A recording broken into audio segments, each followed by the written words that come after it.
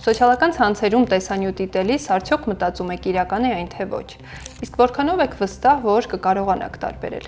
Եկեք փորձենք։ Տեսանյութում Նիկոլ Փաշինյանը քարոզարշավի ընթացքում երեխային քաղցրավենիք է տալիս։ Առաջին տարբերակում երեխան վերցնում է այն եւ հեռանում։ Աչես, ինչ հզոր անուն է։ Երկրորդում նետում է գետնին ու լաց լինում։ Թեև տարբերությունը նկատելի չէ, երկրորդ տեսանյութը կեղծ է եւ ստեղծվել է արհեստական բանականության օգնությամբ։ AI-ով գեներացված նման տեսանյութերը, աուդիոնյութերն ու նկարները հատկապես նախընտրական շրջանում բազմաթիվ էին։ Դրանք հիմնականում տարածվում էին կեղծ, նորաստեղծ կամ կասկածելի էջերի միջոցով, թեև երբեմն հանդիպում էին նաեւ պաշտոնական հարթակներում։ Քարոզարշավի սկզբում նման տեսանյութ էր հրապարակել վարչապետի թեկնածու Արման Թաթոյանը։ Արդարությունը գալիս է։ Իսկ ամենակննարկված դեպքերից մեկը Սամվել Կարապետյանի կերպարով գեներացված ուղերձներ։ Վերջին ամիսներին Facebook-յան մի շարք էջեր սկսեցին տարածել նաև փողոցային հարցումներ, որտեղ իբր պատահական քաղաքացիները կարծիքներ են հայտնում տարբեր թեկնածուների մասին։ Ես չեմ պատկերացնում դրան որպես վարչապետ։ Civilnet-ի փաստերի ստուգման թիմը նույնականացրել է Facebook-յան 12 էջ,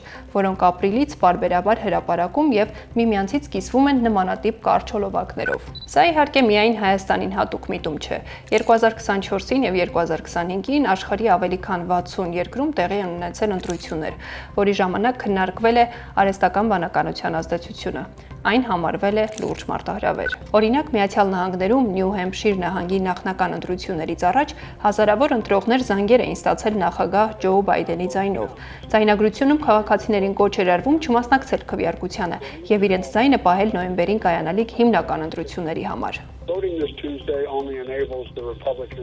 Մասնագետների կարծիքով նման տեխնոլոգիաների կիրառման հիմնական վտանգն այն է, որ այն հեշտությամբ ազդում է մարդկանց ընկալումների եւ հանրային կարծիքի վրա։ Իսկ ինչպես հասկանալ, որ տեսանյութը ստեղծվել կամ փոփոխվել է արհեստական բանականության միջոցով։ Օրինակ, կերպարների դեմքի շարժումները կամ շրթունքների աշխատանքը կարող են չհամընկնել ձայնի հետ։ Խոսքը կարող է հնչել չափազանց արհեստական կամ անբնական։ Երբեմն աղավաղված են լինում նաեւ ֆոնում երևացող գրություններն ու ցուցանակները, իսկ որոշ տեսարաններ պարզապես չեն համապատասխանում այն միջավայրին, որտեղ իբր նկարահանվել են։ Նման տեսանյութերի մեկնաբանությունները ցույց են տալիս, որ շատ օգտատերեր դրանք ընկալում են որպես իրական, եւ միայն քչերն են կասկածի տակ դնում դրանց իսկությունը։ Իհարկե, արհեստական բանականությունը հաճախ ավելի արագ եւ մատչելի է դարձնում բովանդակության ստեղծումը, սակայն նման բովանդակությունը պետք է անպայման մակնշվի, որպեսզի դիտողը հասկանա, որ տեսանյութը ամբողջությամբ կամ մասնակի գեներացված է արհեստական բանականության օգնությամբ։